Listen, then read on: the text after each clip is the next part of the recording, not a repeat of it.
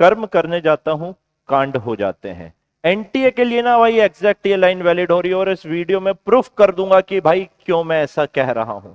NTA ने try तो बहुत किया कि किसी के 720 नहीं आने दूंगा, लेकिन बेटा वो अपने ही जाल में फंस गया। ऐसा चक्रव्यूह फंसाया उसने कि खुद ही उसमें फंस गया। एग्जैक्ट प्रूफ करता हूं, आइए देखिए। जो 7.6 और 7.7 वाले क्वेश्चन की भसड़ चल रही है, उसके पूरे रिलेवेंट डॉक्यूमेंट आपको इस वीडियो में मिल जाएंगे। तो मेक श्योर आए हो तो फॉलो जरूर करना। चलिए भाई, पहले इस सीक्वेंस को समझो कि भाई बोनस कैसे मिलता है। अगर कोई इंफॉर्मेशन एनसीईआरटी में लिखी हुई है और उसमें भले ही कई बार ऊपर नीचे या आगे पीछे करके कुछ गलत भी लिख दिया होगा, तो वो सही माना जाता है। बिकॉज एनटीए का कहना है कि भाई ये सारे स्कूल्स में ऑलमोस्ट 70 to 80% बच्चे या 60% बच्चे ये पढ़ रहे होते हैं, तो हम इसी को स्टैंडर्ड मानेंगे। बहुत बढ़िया बात है, मैं इस बात से एग्री करता हूं कि हाँ भाई, बच्चों के हाथ में जो बुक होगी बच्चा वही लिखेगा और एनटीए वही मानेगा। बहुत अच्छे। अगर कभी कोई एक ऐसा क्वेश्चन आ जाता है जो एनसीईआरटी में जिसका जिक्र नहीं है लेकिन एनटीए दे देता है, तो उस केस में स्टैंडर्ड बुक्स का रास्ता लिया जाता है। स्टैंडर्ड बुक्स में जो लिखा हुआ है बच्चों, उसको सही माना जाता है। लेकिन एक और चीज है, तीसरी चीज है, जो इस बार पिक्चर में आ गई और एनटीए कांड कर बैठा और उसको पता नहीं था कि ये कांड हो जाएंगे। समझाता हूं, पहले तो अपन क्वेश्चन लेते हैं, लेकिन हमेशा ध्यान रखना प्रायोरिटी किसको दी जाती है, एनसीईआरटी को, और उसके बाद स्टैंडर्ड बुक्स को। अगर एनसीईआरटी में कुछ गलत लिखा भी है, जैसे कि जो ऑप्टिक्स वाला क्वेश्चन है, बेटा उसका फर्स्ट फोकस ही आंसर होगा, उसका ऑप्शन बी होगा। उसके लिए वीडियो ऑलरेडी बना के रखा हुआ है, देखिए देखिए देखिए, 100% सही है, क्योंकि एनसीईआरटी में फर्स्ट और सेकंड फोकस बहुत अच्छे से डिफाइन किए गए हैं। अब स्टैंडर्ड बुक की अगर मैं बात करता हूं, एनसीईआरटी में जो नहीं है वो स्टैंडर्ड बुक में होगा, तो उसको सही मान लेंगे। ठीक है, यहां तक आप समझे। तीसरी चीज भी है जिसके बारे में मैं इस वीडियो में बात करूंगा, लेकिन पहले आइए इस क्वेश्चन के ऊपर आते हैं। ये क्वेश्चन आपको सबको पता है कि भाई डेंसिटी देके, डेंसिटी निकालनी है, मास और साइड देके रखी हुई है। तो हम ये जैसे ही हमने साइड देखा कि दो सिग्निफिकेंट फिगर तक है, तो आंसर कहां तक आना चाहिए था जनाब? ऑब्वियस है सर, दो सिग्निफिकेंट फिगर तक आना चाहिए था। अब मैं किसके पास जाऊंगा? मैं जाऊंगा एनसीईआरटी के पास। एनसीईआरटी क्लियरली लिख रही है कि भाई जितने भी सिग्निफिकेंट फिगर तक आपको आंसर निकालना है, उसको देखो। मेरे को दो सिग्निफिकेंट फिगर तक आंसर निकालना था, तो जनाब मेरा आंसर क्या हो रहा था? 7.6। अब इसके बाद अगर एनसीईआरटी क्या कहता समझो, इसके बाद अगर 5 है और इसके पहले वाली डिजिट अगर इवन है, तो इसको एज इट इज ड्रॉप कर दो और आंसर लिख दो 7.6 केजी पर मीटर क्यूब।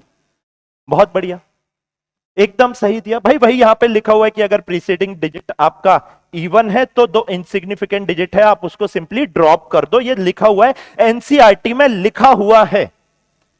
अगर कांड नहीं होते तो ये सही होता। बिल्कुल सही है, क्योंकि भाई जो एनसीईआरटी में लिखा है, ऑप्टिक्स वाला क्वेश्चन भी मैंने कहा ना, मैं एग्री कर रहा हूं, ऑप्टिक्स वाला क्वेश्चन सही है, क्योंकि वेटेज हमेशा एनसीईआरटी को दिया जाता है। तो 7.6 सही आंसर है एज पर एनसीईआरटी।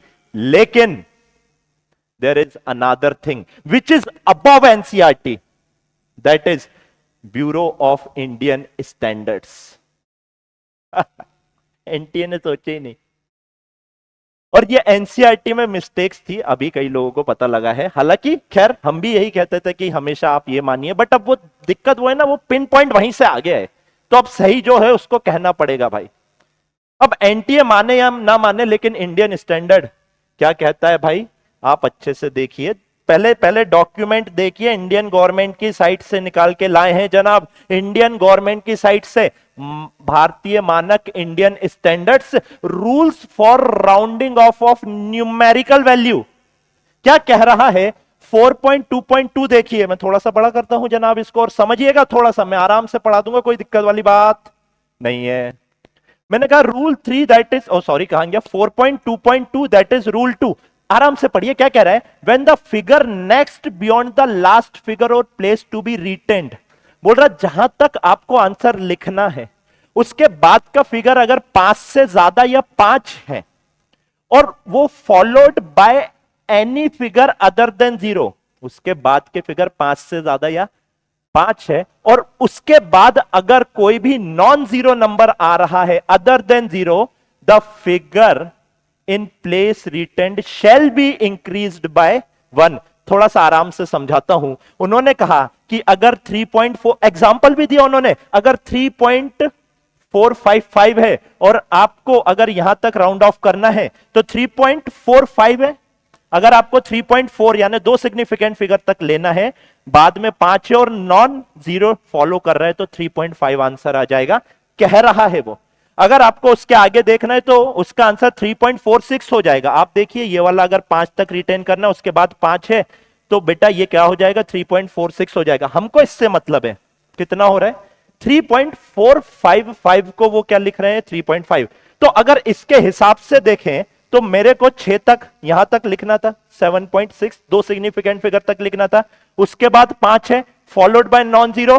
तो भैया ये जो 6 है ये 1 से बढ़ जाएगा, यानी कि as per Indian standard bureau answer क्या हो जाएगा 7.7 हो जाएगा। तो भाई मेरे हिसाब से तो यहां पर बोनस मिलना चाहिए, दोनों आंसर सही हैं। एनसीईआरटी स्टैंडर्ड बुक्स को नकार सकता है लेकिन इंडियन स्टैंडर्ड्स को नहीं नकार सकता, और ये फैक्ट है। और बच्चों ध्यान रखना, अगर आप ये चैलेंज करने जा रहे हैं तो मैं टेलीग्राम के ऊपर ये डॉक्यूमेंट और यहां साइट की लिंक दोनों अपलोड कर रहा हूं। और वाकई अगर आप चैलेंज करना चाहते हैं तो दो क्वेश्चन को बेधड़क चैलेंज करिए बेटा, एक ये सिग्निफिकेंट फिगर वाला क्वेश्चन और ये एक एसएचएम ग्राफ वाला क्वेश्चन। इसके ऊपर शॉर्ट्स बना के रखा हुआ है, इसका एक भी ऑप्शन मैच नहीं कर रहा है और यूट्यूब पे कोई इसकी बात नहीं कर रहा है। और ऐसे ही बेसिक्स बच्चों हमारे ब्रिज कोर्स में बताए जाने वाले हैं, तो अगर आप अभी यहां आए हैं तो फॉलो करके एक बार ब्रिज कोर्स जरूर देखिएगा, जिसमें 15 क्लास में पर सब्जेक्ट, आप भले ही ड्रॉपर हो 12th में हो या 11th में हो, आपको पूरी फिजिक्स, पूरी केमिस्ट्री और पूरी बायो कनेक्ट करके बताई जाएगी और बेसिक्स इतने स्ट्रॉन्ग कर दिए जाएंगे कि आपका कोई वीक सब्जेक्ट रह ही नहीं जाएगा। और ऐसे ही हम अपने विश्वास बैच में भी पढ़ाते हैं बच्चों, एक बार जरूर देखिएगा। मेरा नाम है आदित्य जैन और मैं इजीएस्ट लैंग्वेज में फिजिक्स पढ़ाने के लिए जाना जाता हूं। Thank you so very much, take care, जय हिंद, जय भारत।